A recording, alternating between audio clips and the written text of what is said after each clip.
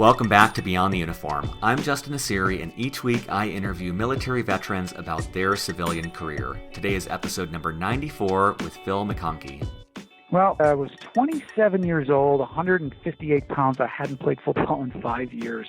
I decided I want to go chase this dream. And, literally people laughed at me. And I said, you had absolutely no chance. The odds were astronomically against you. You can't do it. Well, my guest today, Phil, has had quite the career. He went straight from the Navy to the NFL. He went on to start his own or co-found his own investment bank where he's now president and helps a lot of veterans get into the world of finance.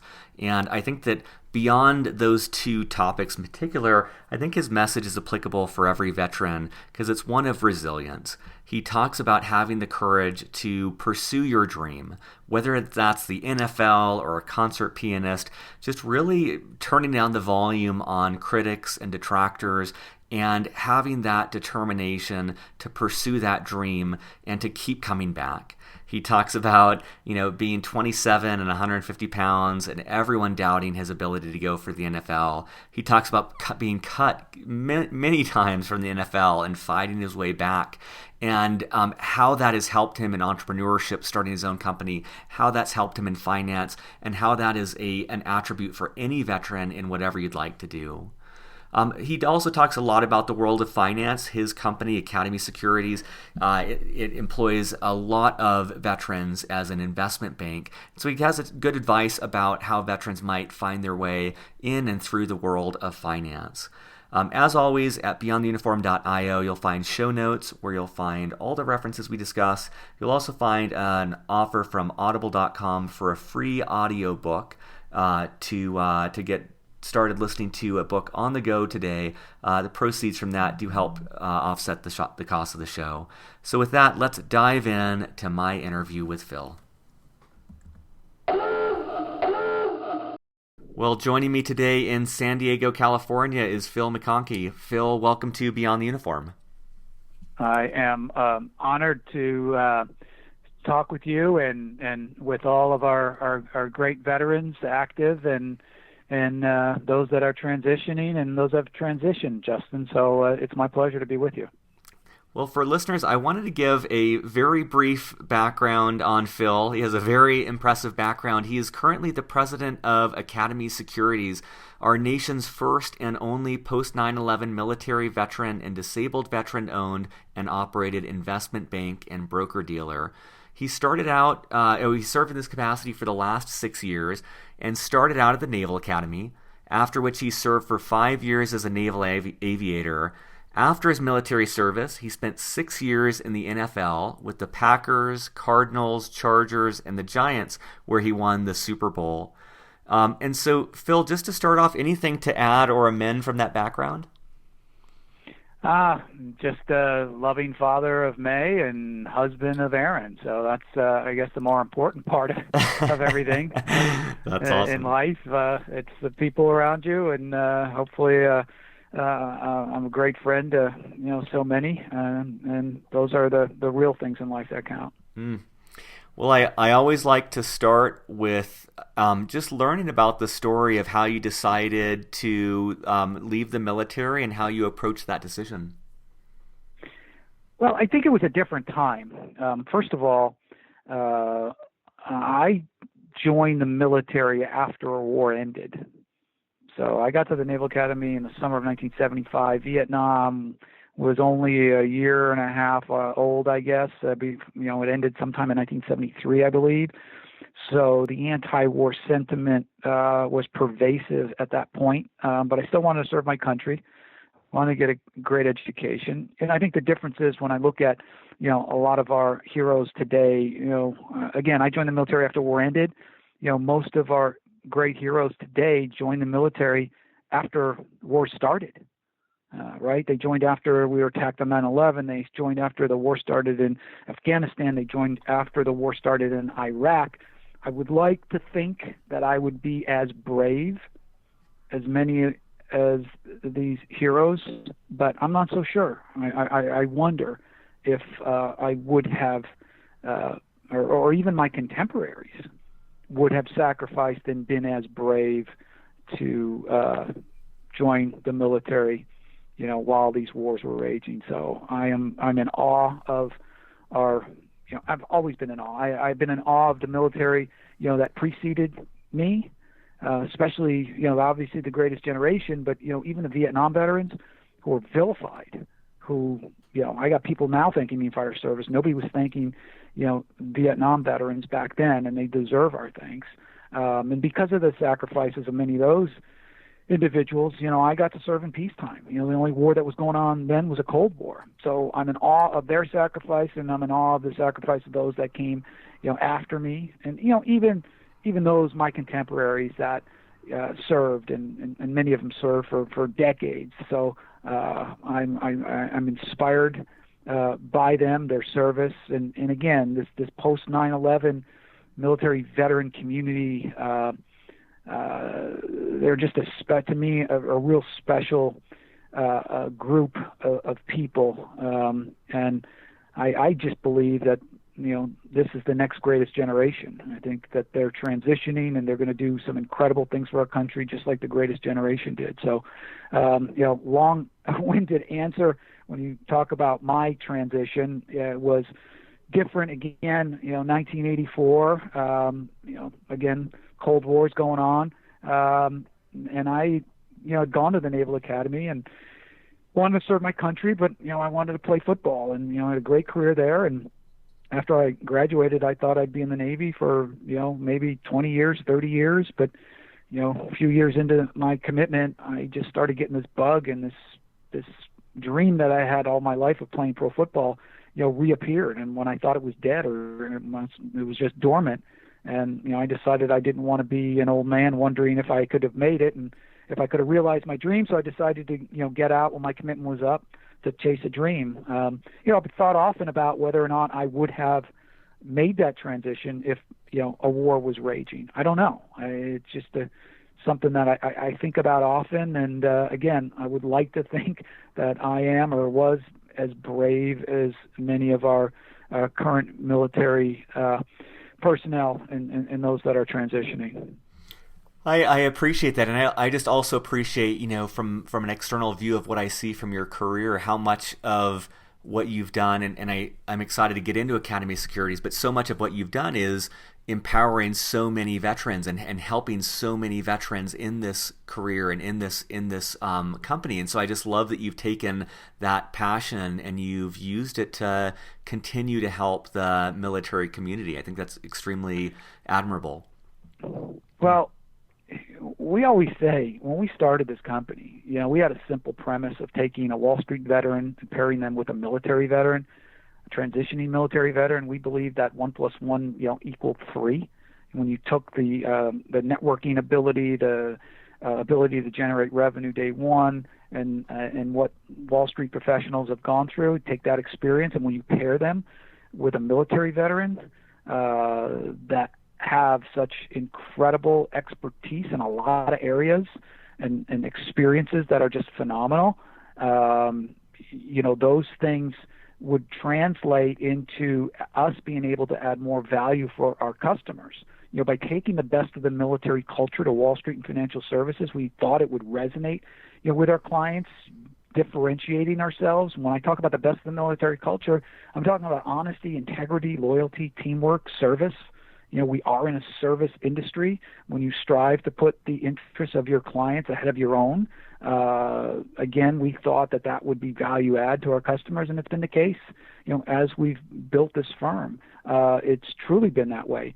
And we've said all along, engaging and hiring a military veteran is not only the right thing to do, it's the smart thing to do for your own company. If you think about it, you think about the experiences and the sacrifices that our veterans have made, and you take those skills, and again, we're in a very, it's a very highly technical military we have today, more so than at any time in our history, and those skills translate to the private sector.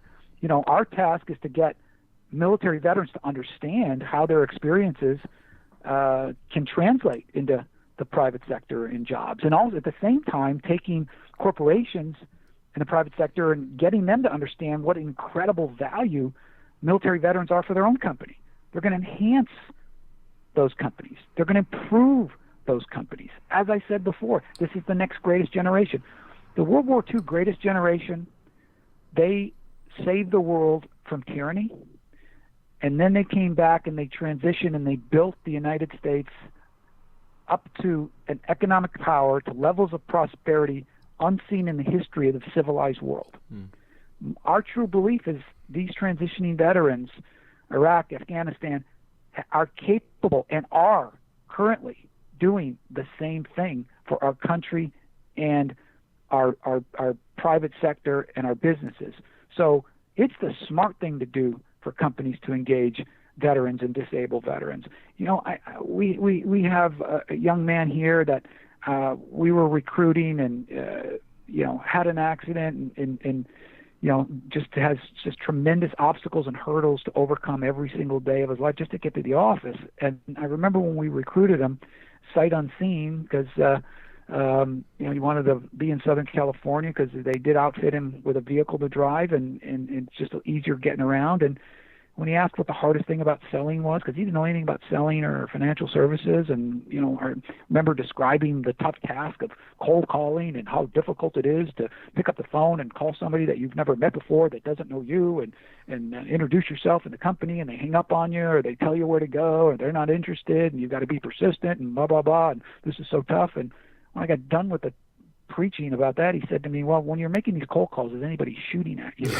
I mean, So when you look at life in the private sector, when you look at business, when you look at financial services, it's a piece of cake. It's a piece of cake compared to what our veterans, did in the military, being in harm's way, sacrificing the way they did. This is nothing, and they are all capable of greatness in the private sector. They just have to know that they can do it and have the confidence, and that's part of what we do at Academy Securities. We help transitioning military veterans, not just with obtaining a job, but a career. We team them with experienced people and fast track them to understanding, again, how their experiences can translate in the ways of Wall Street and get them licensed and get them to be able to touch Fortune 500 companies and build a life and a career for themselves. And that's what we've been doing, even as a relatively small firm. And although we're growing rapidly, we've become a conduit to something much larger than ourselves. Because of what I did in my other lives with the military and professional football, I get to go on TV shows and financial shows, and all I do is they could ask me a question about, what I think the stock market's going to do tomorrow. And I'll say, you want to improve the stock market, just hire more veterans. So I'll twist it around and I'll turn it always back into the engagement of military veterans. But that exposure has corporations calling us, asking how they can get more involved. It gets us thousands of resumes. We're tied into a lot of different corporations and groups. And I'll tell you what, Wall Street and financial services has been vilified. Sometimes it's warranted, but Wall Street has done more to engage military veterans than any other sector. Years ago, there's a group called Veterans on Wall Street. J.P. Morgan started a 100,000 jobs mission, which is now a 200,000 jobs mission with no ceiling. So Wall Street has really been at the forefront and the leader of engaging transitioning military veterans. When we started this company, there was one state, the state of California, that had a mandate, a law, a set-aside that said 3% of the procurement of all goods and services must go through firms with our designation, service-disabled, veteran-owned small business. Right now, there's about 43 states that have legislation in place or pending. Again, when we started this, there were a handful of companies that included disabled veterans in their supplier diversity program. Now, there's a couple thousand. So, the trend is in favor of veterans and employment and careers, meaningful careers. So we're just happy to be a part of it. Maybe it's a small part, but we're making a big dent, and we continue to do so as we get bigger. Sometimes it's not always a fit for us, but we'll try to help in any way we can, provide networking opportunities and mentoring for our veterans, and we do that. So it's our pleasure but we understand the great value that our military veterans have provided our country and continue to provide. That's great, and I'm excited to ask you a bunch of questions about Academy Securities and your work there. I wanted to start to go back though first to your first civilian career in the NFL, and I just imagine a lot of people listening, are just curious to know, how did you make that transition? What was the story behind going from active duty Navy and then making it onto the into the NFL? Well, I was 27 years old, 158 pounds. I hadn't played football in 5 years. And I decided I want to go chase this dream. And, literally people laughed at me. And I said, you had absolutely no chance. The odds were astronomically against you. You can't do it. One of the first things I did, support of one of my buddies from the Naval Academy who believed in me, and, my family believed in me, but outside of that, nobody did. But I went to Steve Belichick, Bill Belichick's father, who was an assistant coach at Navy for decades. And I said, Coach, I got to chase this dream. What do you think? And he says, well, you got to run under a 4.6 or nobody will even talk to you. So I went out the next day and he timed me and I ran a 4.4 and he goes, I'll call Bill, which meant Belichick. And Bill Belichick at that time just became the defensive coordinator of the Giants, got promoted from special teams coach, and then Bill Parcells got promoted from defensive coordinator to head coach. So I was at the first practice of their tenures. Romeo Cornell was on that staff, and then Tom Coughlin came a little bit later. And hey, this is all I had, man. I wasn't prepared to do anything else, and I threw everything I had into this, every ounce of energy, the focus on obtaining this goal. And again, the odds were really astronomically against me. But I dug down deep, and I could out hustle anybody, outwork anybody, and a lot of my military experiences prepared me for that. And I tell people all the time, you've had incredible experiences, and if I can go and make an NFL team, you can go find meaningful career somewhere. You have it in you. So I was, I fought, scratched, and clawed every day onto the team. But the thing is, and I never had it made. I was always on the edge. I was always uncomfortable because I make one mistake, I could be cut, and I was cut a few times, and I fought back. So I think that's part of that whole experience is, being comfortable, being uncomfortable, if you can understand that. You just never had anything made. You had to fight for everything every single day. And it's something that I did, and, was lucky enough to wind up in a Super Bowl and catch a pass for the winning team. So it's something I can take with me for the rest of my life. But, there again, the military helped prepared me. There's a lot of things. I was never in harm's way. Again, thanks to those that went before me. And just am in awe, like I said before, of those that came after me and that were in harm's way. But the military was still tough, and the military still taught all of us a lot of valuable lessons. And I went on the practice field, and they couldn't get me tired. I'd run till the cows came home. So that was a huge advantage for me. The military forced me to focus. I flew helicopters. If I didn't focus, I'd crash, burn, and die. When you're in the military, if you don't focus, you could, lose your life and cost the lives of your teammates around you. So you're forced to focus. And that focus helped me in that career and then the subsequent career of what I did in financial services. So I guess what I'm trying to say is all of us, all military veterans, have it in us to do great things in life. It's just picking what it is that you want to do and what your passion is, and going after it with all the gusto that you have and in everything in your being that you did in the military.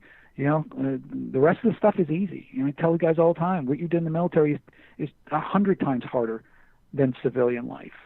So just understand that, dig down deep, and you can overcome and do anything. I love that. I love that story of resilience and determination. And I think of all the people serving on active duty and that how that is the hallmark of what they're doing, is that determination, that resilience, and I love how you applied that to achieve what many people told you was impossible. And you talked about that gusto. I'm just wondering, is there any other advice you would give, particularly to someone who's listening who's maybe on active duty right now, who has aspirations of doing professional sports, be it football or any sort of professional sport after their military service? Do you have any other advice for them on how to pursue that and how to make that dream become a reality? Well, really, it's anybody that has any dream. If there's a military person right now that wants to be a concert pianist, right, or somebody that plays the cello, or an artist, whatever your dream is, it doesn't have to be sports, because not all of us dream about sports. It's something else. I don't care what it is. If it's sports, if it's being a musician, an artist, a lawyer, a social worker, a teacher, I don't care. You have to focus and to obtain those dreams, and you've got to give everything you have towards it, every fiber in your being towards realizing that dream. But what I'm saying is look, we're all ordinary. As human beings, we're ordinary creatures. However, we're capable of extraordinary things. We're capable of doing extraordinary things. So, again, whatever your dream is, understand that you are capable of doing extraordinary things. You are capable of realizing your dreams, and your experiences in the military will help you immeasurably. I mean, you think about going on deployment. Think about how tough that is. Think about, the loneliness at times. You leave a spouse or a family or just your comfortable surroundings, and how long those deployments are, and how you have to focus, and how you have to persevere. That is tough stuff. There are not many people in the civil and the private sector, civilians, that go through anything like that ever in their lifetimes, yet they go on to run huge companies or have these great successes. You take that focus, you take that discipline, and it takes focus and takes discipline, right, and intestinal fortitude to get through a deployment and to get home safely, because you have to focus on your job, whatever it is, because everything you do is dangerous on deployment, and you have to focus to avoid danger and to keep yourself alive and to keep your teammates alive. So you talk about the focus, the discipline, the intestinal fortitude. You can use that, all those qualities, into achieving your dream, whatever it is. Football, medicine, I don't care. I just want to tell, if you don't listen to anything else, veterans, active duty, or again, anyone tied to the military, you are capable of doing extraordinary things, and your military experiences give you a leg up. It's a platform, it's a springboard to do those things. That's inspiring. I love that that message, that same resilience that got you to the NFL. It's the same approach that people can take to achieve whatever it is their dream, no matter, whatever it is that seems unachievable, using that determination to catapult them to that. And I wanted to ask about, your second civilian career. And so as your time with the NFL drew to a close, how did you choose, what was that path to Academy Securities? Well, playing for the New York Giants and having a little bit of semi-celebrity, it helped get me indoors. So New York City being the financial capital of the world, that was kind of a natural progression. Was there for a while, had started a family, moved to Southern California. And then about 7 years ago, I met Chance Mims. So I was 79 Naval Academy, he was 97. So the reciprocal number, we met through a mutual friend who was a special ops guy, and Chance was just starting Academy Securities, and just was extremely intriguing to me. It kind of gave me a chance to come full circle, to go back to my military roots, to work with like-minded, dedicated people, to be able to help our own. We say, who better to serve and who better to help military veterans than military veterans themselves. So, we understand the plight and we understand the challenges, and that's what we wanted to do. So it was early on at Academy that we teamed up, Chance Mims and I, and we built a a great company, but that was kind of the beginning of it. The interesting thing is, and again, times have changed, where, when I was in the military active duty, especially early on, it was an anti-military sentiment. Now, the country is embracing military veterans, and rightfully so. So it's a great time. It's a great time to be a military veteran, and people want to help. People want to thank military veterans, and people want to help military veterans. So it's a really good time, to be absorbed back into the private sector and to make that transition. But the big key is you have to ask for it. You have to ask for help. It just doesn't come, floating down your driveway one day. You've got to ask for it. And you'd be amazed at the number of people, institutions, corporations, municipalities that want to help military veterans. So there's a huge opportunity out there, a great opportunity. I think it's about, grabbing it with all you can and taking that gusto and taking that discipline that you learned and just grabbing it and taking it to limits that, you want to go to. I was curious to dig into just advice. I know so many veterans and so many people who listen to the show are interested in the world of finance. And I'm wondering, from the veterans that you have hired or mentored or interacted with over the last several years, what advice would you give to veterans seeking a job in finance? Any ways in which they can start to prepare for that career? Any advice on the interview process or common mistakes you see people make? Just anything that might help them take that step in the financial services direction. Well, I think you need to read as much as you can. Look, it's not rocket science. It may seem complicated, but it's really not. Again, compared to what a lot of our military personnel do, this is not really hard stuff. So reading articles, trying to understand the markets a little bit, just have a working knowledge. But the big mistake that people make in the interview process is, remember, you're looking for a job. I got a job, I got a company, right? And you're coming to, hopefully impress me. The big mistake is when people come to your office and they're asking you what you do, or asking you about your company, or asking you about yourself. That's a big turnoff. You're going to meet somebody for the first time, you're trying to impress them, you're trying to find a job or trying to get advice or mentorship. You better know all you can about that person you're meeting with, that company, and what they do. You don't have to know everything, obviously, but there's tons of information out there. It's easily accessible. Go to the internet, look up Academy Securities or Morgan Stanley or whomever, and read about that company. And then find some personal touch. Find the person you're talking to. Maybe he or she's from Des Moines, Iowa. Maybe your aunt lives in Des Moines. And find that personal connection. The big thing in life and in the private sector and sales and corporation, it's all about personal connection. So if you can make a connection, it makes your task easier, and you will impress someone by knowing as much about them as you can, or that company. It's a huge mistake walking in and you ask somebody that you're looking for a job from, what do you do?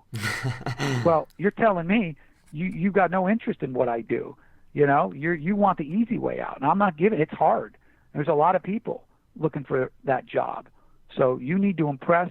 You need to do your homework, and it's not hard. You go to the internet and you find out, that person, how did you enjoy going to school in South Florida, or whatever school? And my sister, she went to that school, or things like that. Little things makes a huge difference. Be prepared. Be overly prepared. I love that.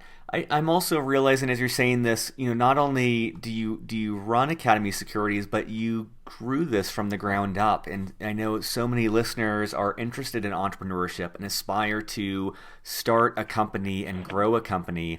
And I'm wondering what advice you would have for a veteran thinking of starting their own company, on how they might grow that, and just any stories you want to share from your own journey. So first of all, the credit all goes to my business partner, Chance Mims. He's got a lot more patience than I do. To do this business, it took dealing with a lot of bureaucrats and a lot of time, and it's I don't have as much patience as he does. So he's smarter and a lot more patient than I am. So he gets a lot of the credit for that. But I think whatever it is, if you want to be an entrepreneur, you better be willing to sacrifice a lot. Because, in fact, instead of making money in the beginning, you've got to take money out of your own pocket. You got to be prepared to do that. You got to be prepared to take money out of your own pocket to fund your business and go without a salary for a long time. Because you got to keep the doors open. You got to pay the rent. You got to pay the utilities. You got to pay your employees. So you're the last one to get paid. So you got to be ready to do that. Being an entrepreneur is tough stuff. However, if you're willing to sacrifice, if you're willing to live it, eat it, drink it, sleep it 24/7, and be obsessed with it. Be obsessed with winning. Again, it just translates. What I'm talking about now is just not being an entrepreneur, but being a success in anything, in sales, in music, in anything. You've got to be so obsessed with it that that's all that's on your mind, and you're working it 24/7, every iota of energy and enthusiasm, everything you can muster going towards that goal. It's like I did when I was trying to make the NFL with all those odds against me. I never even thought about anything else. I didn't think about the alternative. I didn't think about another career. I thought about putting everything I had, every iota of energy, into accomplishing this goal. I was obsessed with it. I had a sense of urgency that was palpable all the time. And that's what it takes. And it's not a big secret why some people succeed and some don't.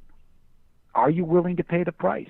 Are you obsessed enough about something? And that obsession could come with just, I need to, put a roof over my family's head, or I just need to feed my family. That's a pretty good obsession. That's a pretty good motivator. But a lot of people sometimes are pretty comfortable in their lot in life, and they give lip service towards wanting to be great, but they're not willing to pay the price. I got a house and, I got a little steady paycheck and, a little bit comfortable. Well, there's not enough motivation there to pay the price. But that, man or woman that has to feed their babies, they're going to pay the price. They're going to sacrifice. They're going to do whatever it takes and continue and get knocked down time and time again, but keep getting off the mat and keep fighting. And those great, incredible success stories. Hey, I've studied highly successful people that have overcome tremendous odds my whole life. I've tried to learn from others. I've tried to avoid mistakes. I've tried to, take the path that others took. It's not always the case. Sometimes you got to blaze your own trail, but in most cases you can learn from the successes and the mistakes of others. And I've done that my whole life. And there's examples out there. And, people can follow those leads. But, you want to be a success in life, whether it's an entrepreneur or any endeavor, man, you got to be willing to pay the price. And it's hard. But you accomplish it. The upside is extremely rewarding. Winning is fun, And in fact, the great competitors of my life that I've ever studied hate to lose a hell of a lot more than they like to win. Think about that for a second. The emotion, the emptiness of losing is much more intense than the joy of winning. I've been there. Now, I've lost big games, and I feel that today, decades later. I feel it more than I do the joy of winning, scoring a touchdown in the Super Bowl for the winning team. Think about that. I beat Army 3 times. I lost 1. I think about the loss much more than I do the 3 wins. Go figure. Maybe there's something wrong with me upstairs, but I'm a highly competitive person. I hate to lose a hell of a lot more than I like to win. So, that could be an incredibly motivating factor for someone, hating to lose and being a competitor. So you don't have to be the smartest person in the room. In fact, hugely successful people that I know, that I've observed, that I've watched, a lot of times they're not the smartest. They didn't go to the best schools. Maybe they didn't even go to college, let alone a community college. So, you don't have to have an Ivy League education to be successful. It's what's inside somebody. You can't measure. See, they could size me up, and they looked at me, 5'9.5", 158 pounds. Hadn't played football in 5 years. They look at me and they think they can categorize me. They could stereotype me, right? I come from Buffalo, this and that. So this whole exterior package, people prejudge me. They've prejudged me my whole life and doubted me. They have no idea what's inside me, what drives me. None. And nobody can by looking at somebody else, right? I mean, the great Martin Luther King, what was one of the most famous lines of all time? Judge someone not by the color of their skin, but by the content of their character, right? You look at somebody from the outside, think you can size them up, think you can judge them, but you have no idea what the content of their character is. And that's what overcomes everything. It's what's inside someone. So, again, I think for military veterans, those still active, don't let anyone categorize you. Don't let anybody tell you what you can and cannot do, because society has a way of doing that. Society has a way of taking the rest of us and sizing us up by what they see from the outside and what they know, and try to put us in these different categories and, put you in this box, put the top on, put a nice bow on it, and put you over here. You're limited because of these reasons, so we're going to put you over here. I never listened to that. I busted through all those stereotypes. If I had listened to what the limitations others put on me, I never would have realized my dreams. So great advice to everyone is don't let anyone else put limits on you and your capabilities. Don't listen to anybody. They're naysayers, They don't have the energy or enthusiasm to do something great. So they'll try to discourage you, because if you go out and try it and you accomplish it, they feel worse about themselves.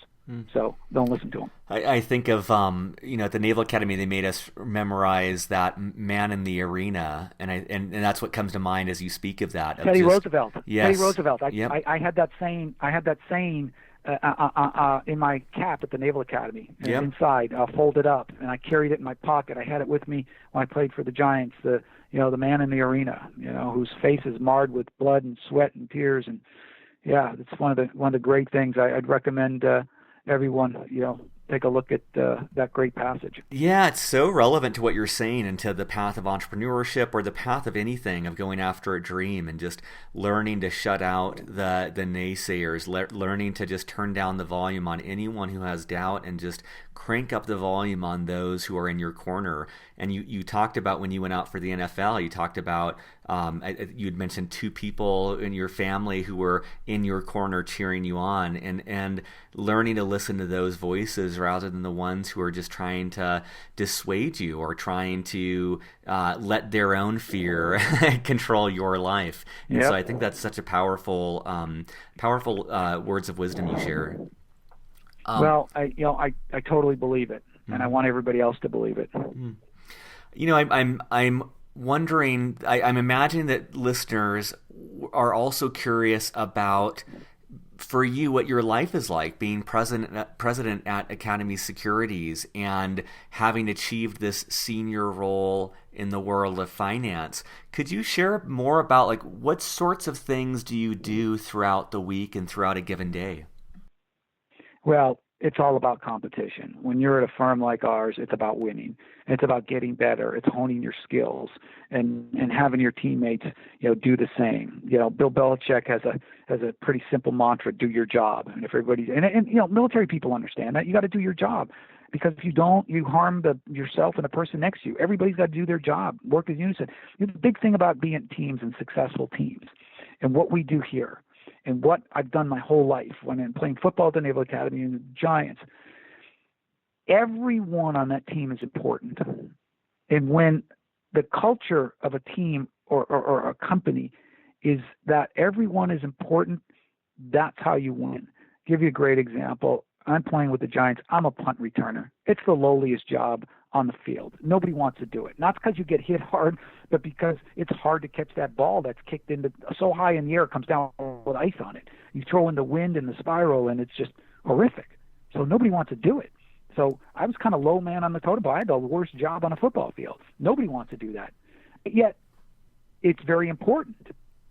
So I was made to feel as important as the head coach, the Hall of Fame linebackers, Harry Carson and Lawrence Taylor. I was more as important as Phil Simms, the quarterback. When you have a team and you make everyone feel important, because they are, you win. You win a Super Bowl. You think about when I was on a ship and I'm flying helicopters. Yeah, I'm the pilot, but the maintenance person fixing it out, it wasn't as important, because if they didn't do their job, the mission fails. You crash, burn, and die. As important as the pilot was the maintenance people. And when you have a team and you treat everybody as important as anyone else, you win. You succeed. So that's what we do here every day. Look, I'm nothing special. I'm just a competitor. I want to win. I want to have people around me win, and I want to help motivate them. And I've done it for a long time, and I still compete. I still want to win, whether it's my personal life or my business life, or I still compete in track meets. I'm running sprints and masters track meets because I got to compete, and I can't stop. I'll be a competitor, for the rest of my life. So it's where I get joy from, and it's what I want to do, and I just want to win. That's great.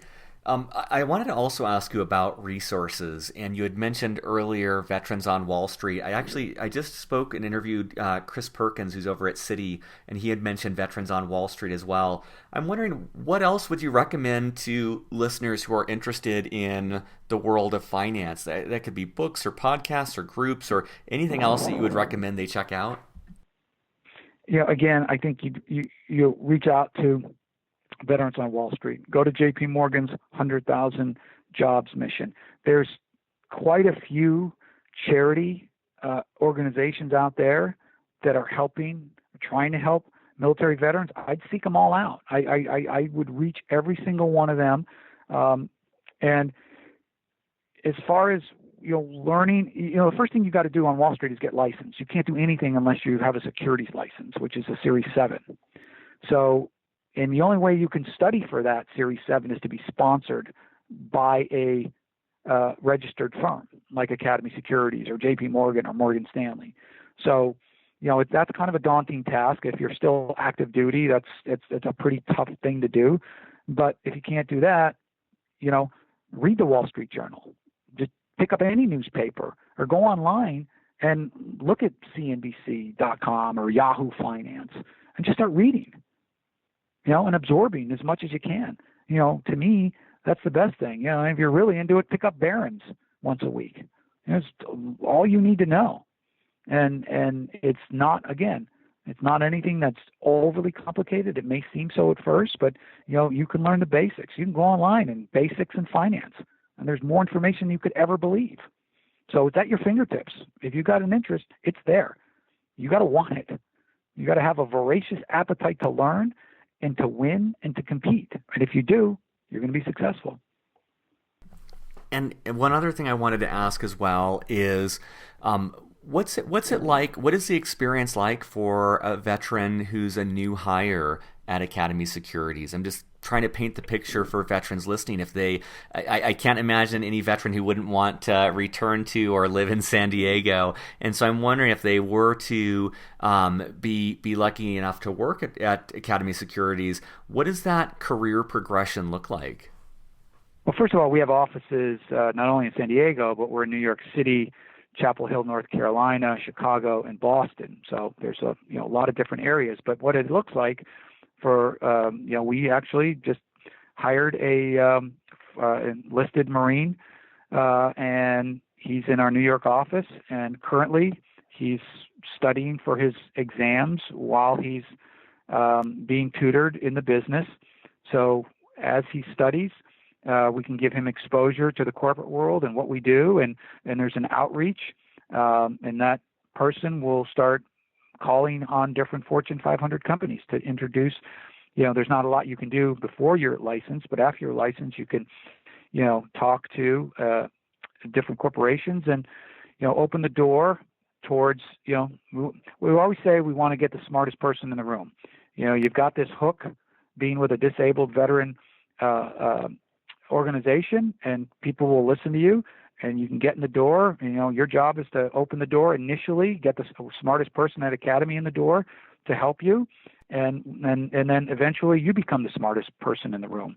So we take you and want to progress you to be able to help Academy and help yourself with knowledge, because from knowledge is power. Awesome. Well, I always like to keep the last question open-ended, and I think that there's so much that veterans can learn from this conversation about resilience, about persistence, about following their dream with courage. But just knowing that you have an audience of veterans and active duty military members, any other final words of wisdom or advice you'd want to share with them? It's pretty, I think, simple, is to have confidence in yourself. Your what you've accomplished in the military, what you've done in your career is extraordinary. You're capable of doing extraordinary things, and have the confidence that your skills, your experiences can translate into the private sector, and that you can obtain a meaningful, fulfilling career, whether it's financial services or any sector. You're capable of it, and you have a huge advantage over a lot of people because you're disciplined, you're focused, and you've got the intestinal fortitude to overcome anything. Because what you've gone through already, it is so much more than what you're going to find in the private sector.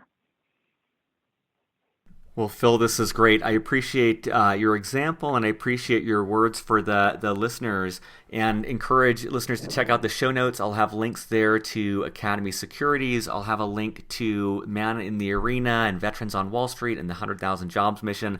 But thank you so much for your time on this interview. Great. My pleasure, Justin.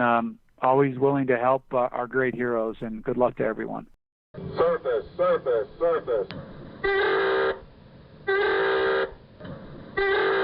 Thanks for listening. 3 important notes before you go. First, Audible.com is offering a free audiobook for Beyond the Uniform listeners. I love Audible. I get 3 books a month, and it's a great way to use net, or no extra time, to polish off books while you run, drive, etc. If you go to beyondtheuniform.io/books, you'll not only find this offer, but you'll also find a list of every single book that has been recommended on this show. One in particular I'd recommend is The Hard Thing About Hard Things. This is a great story of determination and also a glimpse at what startups are really like. That's at beyondtheuniform.io/books.